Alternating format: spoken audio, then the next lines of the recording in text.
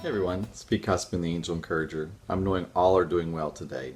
So I'm going to do a number of short videos teaching about different ways that we can learn how to live a better life. So one of the best ways to actually start your spiritual journey is to let go of those things that have been hanging on to you and that have been dragging you down, keeping you small. The way I look at it is that when we have something that we really need to let go of, we need to give forgiveness for ourselves or for others. It's like we're gripping on like this right here. And when we let go of the grip, it doesn't matter what the other person or the other thing does. They can't grip onto us if we're no longer gripping onto them. They get to decide if they want to grip onto something else, but that's their decision. You live your life. You let them live theirs. You take care of your stuff. You let them take care of their stuff. So the technique I want to talk today about for just not a real long time is this Hawaiian tradition or Hawaiian technique called Ho'oponopono. It's fairly well known in the mindfulness group, but a lot of people don't know about it. So it's a way of releasing and forgiving. Basically, it's 4 sentences. You say, "I'm sorry, please forgive me, thank you, I love you."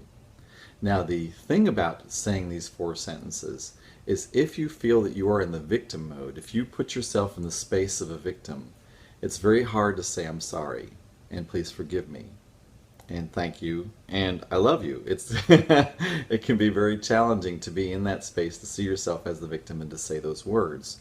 And just realize that these can be habits. These are things that you can just use almost as rote. You can just kind of say these things without even really meaning them. In fact, I have a client that would have to say that, and at the very end she'd have to say "you sorry SOB." I mean, it's however you have to get through those sentences is however you do it. So even if at the very beginning there's not a lot of passion or not a lot of belief in the 4 sentences, it's just the beginning. It's you saying it, and you saying it on a regular basis that will help you.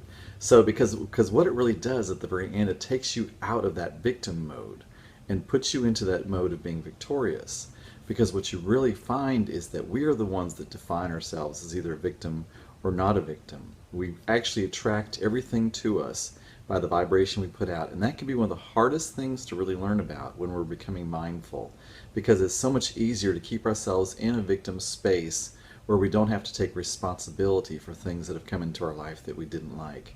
But I can truly tell you that there were many, many things that I saw myself as the victim in. And it's when I took responsibility for myself having been in that space that I was able to step into my space of power and no longer was going to be a victim anymore. And now stand victoriously in my space of power. And from this point of power is where I get to call forth the life that I desire. And that's what I want for you. Because as long as you're in that victim space, whether it was from something from the past or something in the present that's happening to you today or something that you feel is going to happen in the future, you strip yourself of the power, and you're the one that's doing it.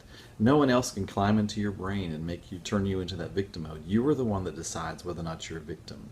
There's someone that's been through everything that you've been through and has come through on the other side with what we would call success.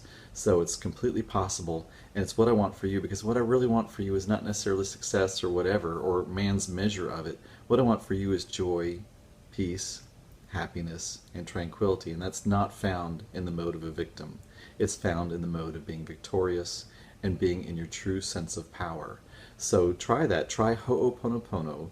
Call forth whatever the situation is, or whatever the person is, or whatever it is that you feel like you need, and you know what it is.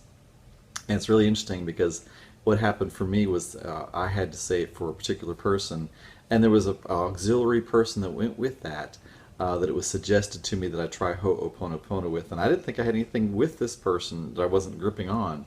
But as soon as I did Ho'oponopono with this other person, I felt this huge like relief, and I was like, oh my gosh, I was holding this energy that I was not even aware that I was holding. So sometimes you can use it as a tester of, am I holding something over this person? Because the famous saying is, revenge or being mad at somebody else is like holding a hot coal in your own hand or drinking your own poison. It doesn't harm that other person, it really harms you. And you're the one that I'm concerned about. You're the one that I want to bring to joy, peace, happiness, and tranquility. So it's, I'm sorry, please forgive me, thank you, I love you. And the first time that I actually use this in earnest, the angels told me, they said there is going to be a response to this. They kind of warned me. And it actually, about a week and a half later, I got a phone call from somebody associated with the person that I had done the Ho'oponopono with, and I was told that this other person had forgiven me.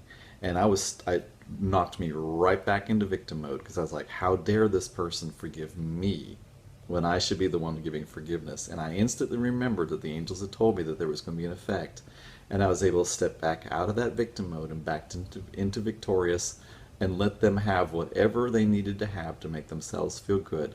That was fine. You know, they let them own their stuff, and I owned my stuff, and was able to move forward. And it's so much about, you know, we really hold ourselves back.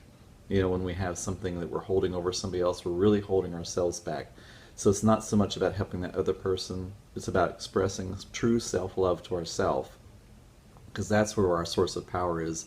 That's how we're able to give out true love to everyone else, is when we express it for ourselves and take that real step of self-care. So I ask everybody to try the Ho'oponopono and just keep at it. Sometimes you have to do it over and over again, you know, repeatedly for days on end before it really takes effect.